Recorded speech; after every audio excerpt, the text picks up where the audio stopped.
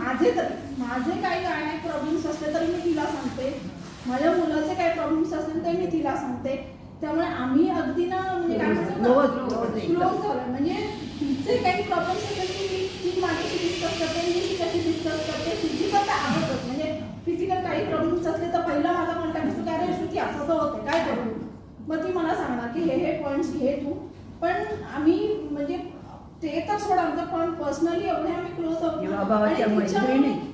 तिचं मी तुम्हाला सांगते ना, ती पैशासाठी काम करतच नाही.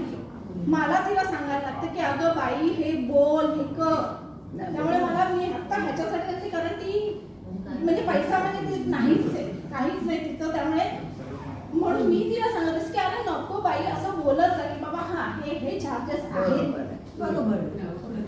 त्यामुळे तिच्याशी प्रॉब्लेम डिस्कस करताना तुम्ही म्हणजे मला तर वाटतं ना सगळे आणि ती सोशली पण खूप ऍक्टिव्ह असते.